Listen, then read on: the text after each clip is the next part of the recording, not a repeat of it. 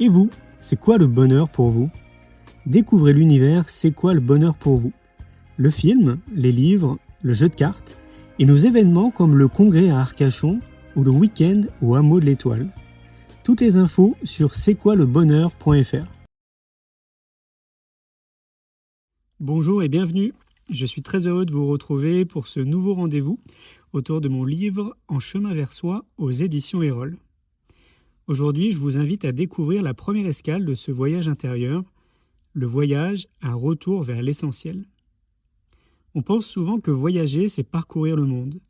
Pourtant, les plus beaux voyages sont parfois ceux qui nous rapprochent de nous-mêmes. Ils nous invitent à ralentir, à nous questionner et à redécouvrir ce qui compte vraiment.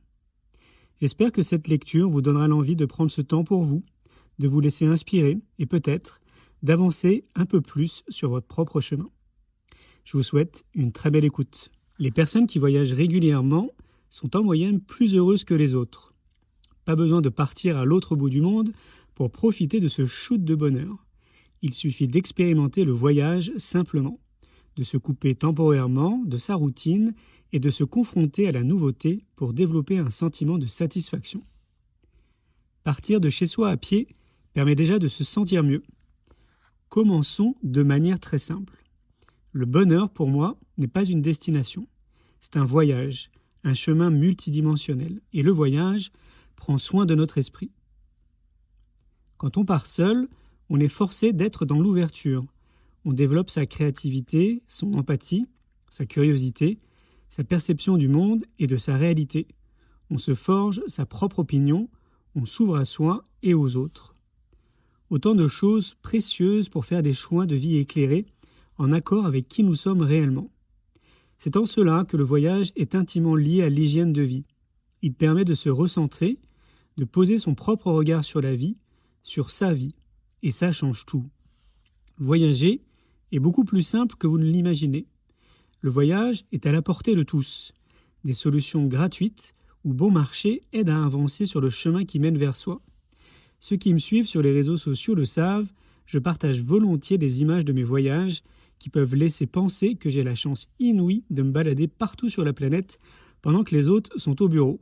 C'est faux. Je ne suis pas plus chanceux que vous, aucune petite fée ne s'est penchée sur mon berceau.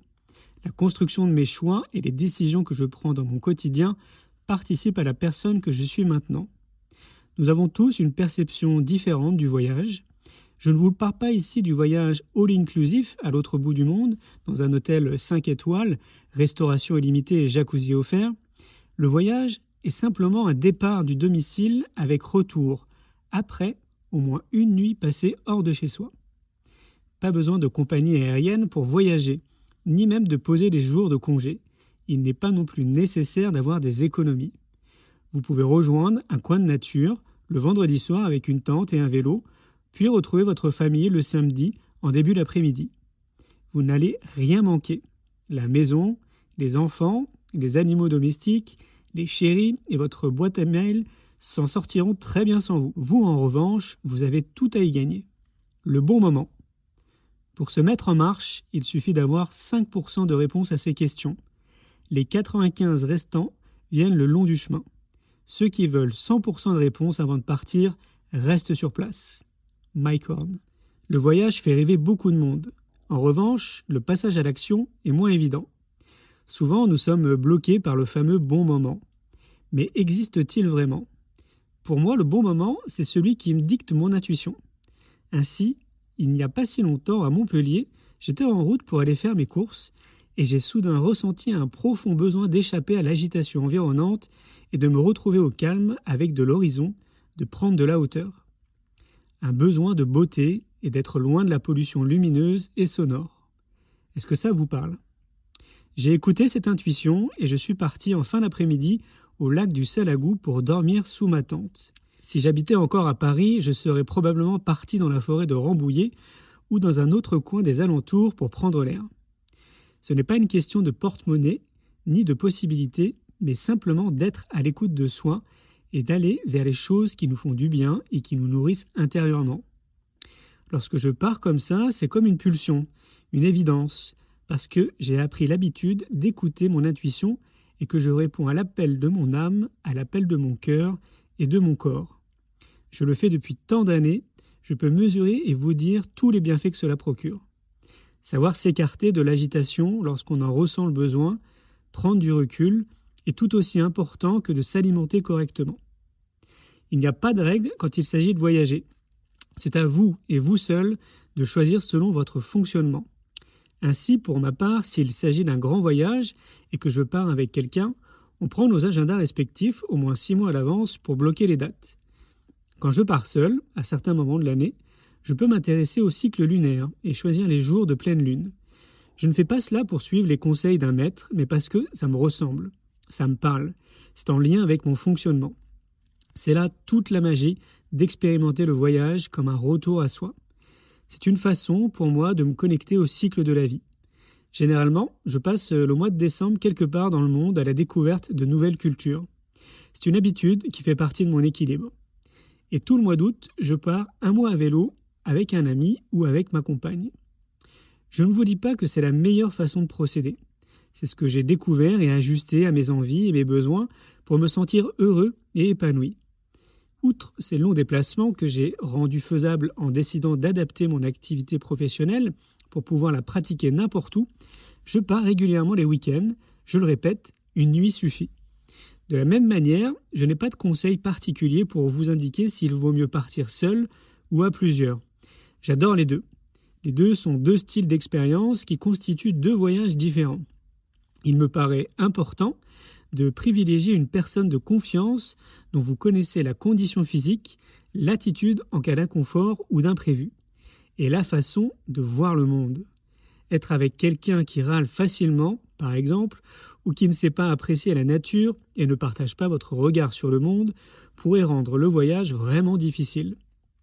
À vous de choisir ce qui vous fait vibrer. Nous sommes conditionnés pour croire cela difficile, avoir peur de la météo, des insectes.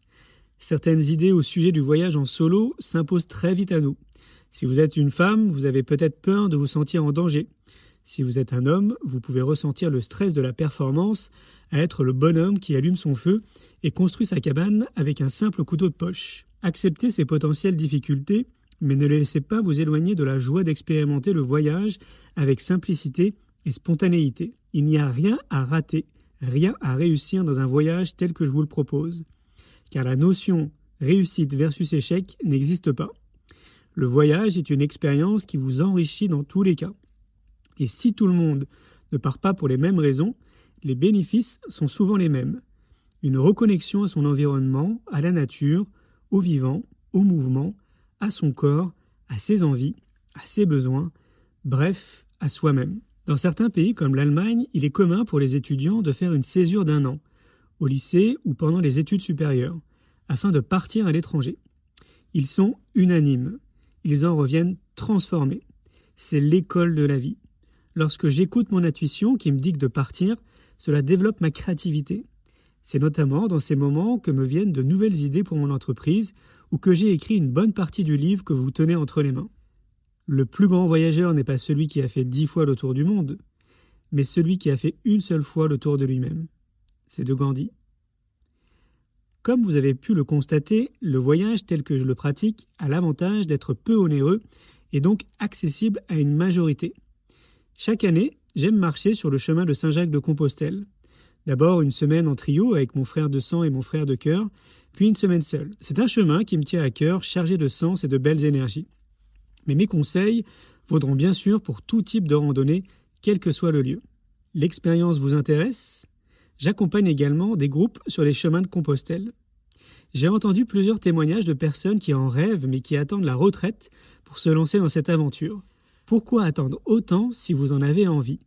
Organisez-vous cette année. Je vous recommande à ce sujet le film de Pauline Wald, Chemin de vie, marcher vers son essentiel. Marcher quelques jours sur le chemin est déjà une grande aventure. Pas besoin d'avoir 3 mois devant soi. Si vous le permettez, je voudrais vous faire part de quelques conseils qui me paraissent utiles avant de se lancer.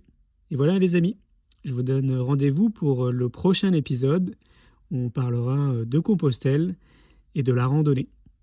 Je vous souhaite le meilleur là où vous êtes. Je vous rappelle une date importante pour nous. Les 24 et 25 octobre, on organise le premier grand rendez-vous national entièrement dédié à l'amour. sous le nom de C'est quoi l'amour pour vous? C'est à Antibes, au Palais des Congrès, et on sera entouré de Frédéric Lenoir, de Thérèse Argot, Nathalie Lefebvre, de Paul Devendre, vous savez, l'homme qui a créé le spectacle Les hommes viennent de Mars et les femmes viennent de Vénus, Laura Pinson, il y a également Florentine Onwa-Wang, et je vous laisse découvrir toute la programmation en ligne. Vous tapez Congrès, c'est quoi l'amour pour vous? Ça va être magique les amis. Je vous souhaite un bel été.